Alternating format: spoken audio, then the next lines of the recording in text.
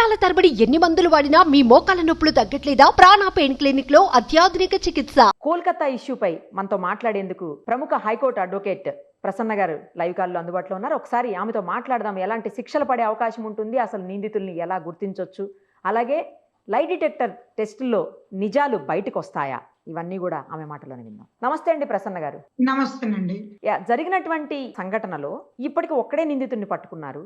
నిందితుల్ని పట్టుకోవడానికి ఇంకెంత టైం పడుతుందో తెలియదు. ఆ చెప్పే కూడా అవన్నీ నిజం చెప్తున్నాడా అబద్ధం చెప్తున్నాడా అతను అనే పరిస్థితి అయితే ఇంకా క్లారిటీ రాలేదు. లై డిటెక్టర్ టెస్టులు చేస్తారు, తర్వాత ఇంకా వేరే ఏవో టెస్టులు చేస్తారు, నార్కోటిక్ టెస్టులు లాంటివి ఏవో చేస్తారా అని చెప్తా ఉన్నారు. వీటన్నిటిలో నిజంగా వాస్తవాలు ఏంటనేది బయటకు వచ్చే అవకాశం ఎంతవరకు ఉంటుంది, వాటిని ఎంతవరకు నమ్మచ్చు, నిజమైతే ఇప్పుడు బిఎన్ఎస్ చట్టాల ద్వారా ఎంత శిక్ష పడే అవకాశం ఉంటుంది? ఇప్పుడు ఫస్ట్ కొత్త చట్టం వచ్చింది, దాంట్లో ఇంకా సీరియస్ ఇంప్లిమెంటేషన్ ఉంది. ఇమీడియట్లీ అంటే ఎంత ఫాస్ట్ గా వాళ్ళకి ఉరేయాలని కూడా ఉందన్నమాట. కానీ ఇక్కడ ఈ ఒక్క కేసు అంటే ఒక్కొక్క కేసు పనిష్మెంట్స్ ఒక నిమిషం పక్కన పెట్టి కోర్టు ఎట్లా చేస్తే case to case facts of the case difference ఉంటుంది. ఈ కేసులో క్లారిటీ ఫ్యాక్ట్స్ లేవు. ఒక పర్సనా లేదా గ్రూప్ ఆఫ్ అనేది మనకి బయటికి వస్తేనే కదా మనం ఈ సెక్షన్స్ వీళ్ళకి అప్లై జరుగుతుంది అనేది. ఇప్పుడు మోర్ దెన్ 2% ఉంటే ఒక సెక్షన్ ఇంప్లిమెంట్ ఉంటుంది. అట్లాంటిది ఇప్పుడు ఇక్కడ సింగిల్ పర్సన్ ఇప్పటి వరకు చూపించారు. అతను ఆల్రెడీ యాక్సెప్ట్, నన్ను హ్యాంగ్ చేసుకోండి అని చెప్పింది. ఆ వర్డ్ లోనే నేను ఐడెంటిఫై చేసింది ఏంటంటే ఏ పర్సన్ కూడా ఆయనకి పశ్చాత్తాపం పడ్డట్టు కానీ నన్ను హ్యాంగ్ చేసేసుకోండి సింపుల్ గా నేను చేశాను నేరం అంటే ఆల్రెడీ అతను కమిట్ అయ్యిండు. ఎక్కడో ఎవరికో ఈ నేరం నేను వేసుకుంటాను అని కమిట్ అయ్యిండు. ఓకే, నాకు కనిపించినంత వరకు అంటే ఆయన ఒక్కడే కాకుండా మిగతా వాళ్ళది కూడా మేబీ 3 months తర్వాత ఎట్లయినా బెయిల్ వస్తుంది. ఇప్పట్లో అయితే ఇది పనిష్మెంట్ కాదు, కాన్స్టిట్యూషనల్ రైట్స్. మన ఇండియాలో ఉన్న డెమోక్రటిక్ కంట్రీ లా ఎన్ని సెక్షన్లు వచ్చినా కొత్త బిఎన్ఎస్ ప్రకారంగా సెక్షన్ ఇప్పుడు ఎఫ్ఐఆర్ లో ఏ సెక్షన్ పెట్టుంటారండి? ఎగ్జాంపుల్ సెక్షన్ పెట్టుంటారు. సింగిల్ పర్సన్ అయితే ఒక సెక్షన్ ఉంటుంది, గ్యాంగ్ ఇంకో సెక్షన్ ఉంటుంది. ఏ అనేవాడు సపోజ్ ఎగ్జాంపుల్ A1 అనేటోడు ఇది చేద్దామని ప్రోత్సహించిండేమో, A5 అన్నటోడు ఉట్టి చూసుకుంటా కూర్చున్నాడేమో, వాడు ఎట్లాంటి అటెంప్ట్ చేయలేదేమో. అట్లాంటప్పుడు ఫ్యాక్ట్స్ ఆఫ్ ద కేసు మొత్తం డిఫరెన్స్ ఉంది. కాబట్టి శిక్ష ఎక్కడి నుంచి పడుతుంది? ముందు కేసు ఫ్యాక్ట్స్ ఇంప్లిమెంట్ కరెక్ట్ కాలేదు. ఫలానా ఇతను అన్నారు లైవ్ డిటెక్ట్ ఎందుకంటే ఆయన డైరెక్ట్ అందరు పబ్లిక్ లోనే చెప్పిండ్రు కదండి నేను చేశానని చెప్పి. అంటే ఇంకా ఎవరున్నారు కేసులో, ఎంత మంది ఉన్నారు అనేది బయటికి రావాలంటే లై డిటెక్టర్ టెస్టులు చేయాలి. లై డిటెక్టర్ టెస్టులో చేసేటప్పుడు అతను ఒక 4-5 ఉన్నారు అంటే మళ్ళీ ఇన్వెస్టిగేషన్ ఆఫీసర్స్ మాకు దీని మీద ఇంకా ఇన్వెస్టిగేషన్ చేసేది ఉంది కాబట్టి మాకు ఇంకొక 15 days రిమైండ్కి ఇవ్వండి అని అడుగుతారు. మళ్ళీ ఆ రిమైండ్ కాస్త మళ్ళీ ఇంకో 15 days ఎక్స్టెండ్ అవుతుంది. ఇప్పుడు ఏదైతే మీడియా కానీ మేము పబ్లిక్ కానీ మొత్తం చూస్తున్న వాళ్ళందరం ఈ మధ్యలో ఇంకో 30 జరిగిపోతుంది. ఇది ఎట్లయిందంటండి ఇప్పుడు నేను అంటే పొలిటికల్ కాకుండా నేను అనాల్సి వస్తుంది. ఒక పొలిటికల్ మమతా బెనర్జీ రోడ్ మీదకి వచ్చి 10 లక్షలు ఇచ్చేస్తానని ఆమోదన చేయడం ఏంటండి? స్టేట్ నీ చేతిలో ఉంది, నువ్వు తలుచుకుంటే నువ్వు ఏమన్నా చేయొచ్చు, ఇమ్మీడియట్లీ చెయ్యండి అది ఇది అంటే లా నీ చేతిలో ఎంతవరకు ఉంది? ఇప్పుడు ప్రతి దేశానికి ఇప్పుడు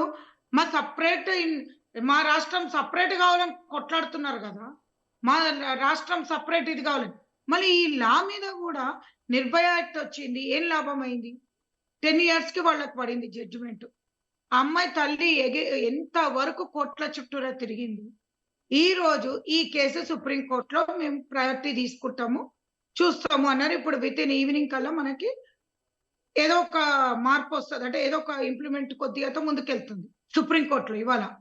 తర్వాత అతను నేను చేశాను అని ఒప్పుకున్నాడు అనుకోండి, రేపు పొద్దున్నే హ్యాంగ్ చేసే లా అయితే మనకు లేదు కదా. నేను ఒక్కనే ఉన్నా అన్నా కానీ లేదు కదండి, ఇంకొకరు లేరు అన్నాడు అనుకుందాం, ఇంప్లిమెంటేషన్ ఉందా? 0. ఒకవేళ సపోజ్ ఇంప్లిమెంటేషన్ ఉందనుకుందాం, షూట్ చేసి పారేసిండు అనుకుందాం.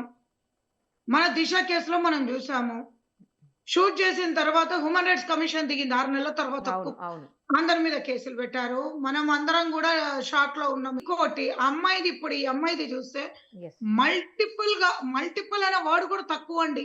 అవును అవును మెడ గాని అమ్మాయి మాట్లాడిన తీరు గాని అది చూడాలంటేనే దడ పుడుతుంది.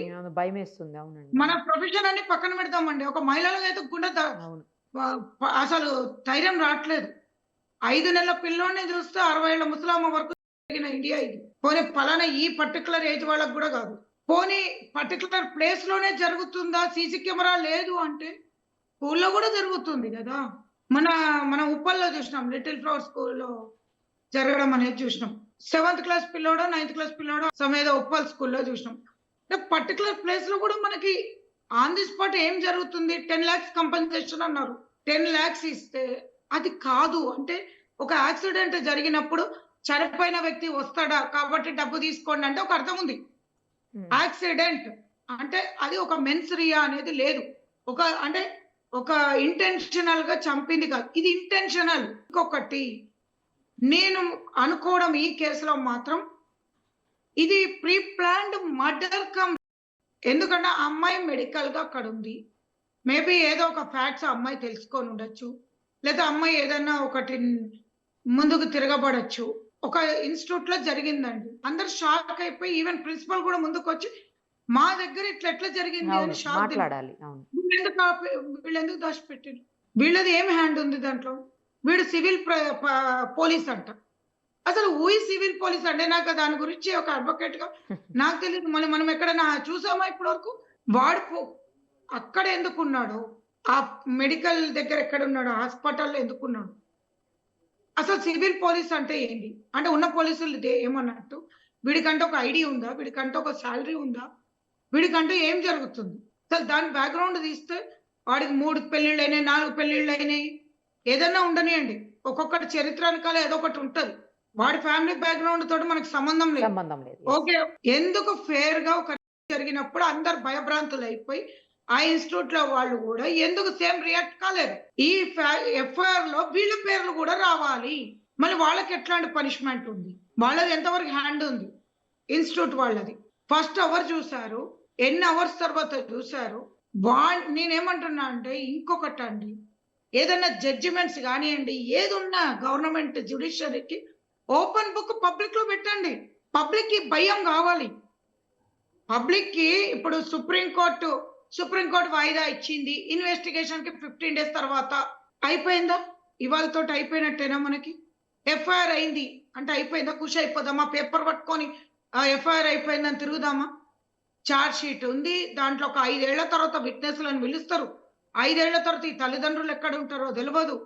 విట్నెస్లు ఎవరండి? ఈ కేసులో విట్నెస్ అంటాము, ఎవరు చూసిండ్రని చెప్పి మనం దీంట్లో విట్నెస్ అందరూ కూడా సర్కమ్స్టాన్షియల్ ఎవిడెన్స్ కదా. ఇవన్నీ డైరెక్ట్ ఎవిడెన్స్ ఎక్కడుంది? అంత సర్కమ్స్టాన్షియల్ ఎవిడెన్స్. పలానా వాళ్ళు చూసి పలానా వాళ్ళకి ఫోన్ చేసి పలానా ఐ విట్నెస్ ఎవరు లేరు ఇక్కడ. అంటే కేసు పోయినట్టేనా? ఒప్పుకున్నాడు వేస్ట్ అయినా ఒప్పుకొని ఆ తల్లిదండ్రులు పిలిచి నేను ఇది కూర్చొని వీటిని ఆన్ ది స్పాట్ నేను జడ్జిమెంట్ ఇప్పించేటట్టు చూసా. ఇవాళ రేపు అయిపోయండి కేసు. మిగతా కేసులు పక్కన పెట్టండి, జడ్జిమెంట్ అంతా తీసుకొచ్చి అందరు పబ్లిక్ లో పెట్టండి. వీడికి ఉరి శిక్ష చేసిన అని చెప్పి ఆన్ ది నడి సెంటర్ లో చేయండి. ఎందుకు? మనం క్రియేట్ చేసిన లా అండి, మనం ఎందుకు ఇంప్లిమెంట్ చేయొద్దు? రైట్ అండి, చూద్దాం. మీరు అన్నట్లు సత్వర న్యాయం జరగాలి. అది కూడా ఎవరైతే నిందితులు ఉన్నారో వాళ్ళకి ఖచ్చితంగా శిక్షలు పడాలి. థ్యాంక్ యూ అండి, థ్యాంక్ యూ సో మచ్.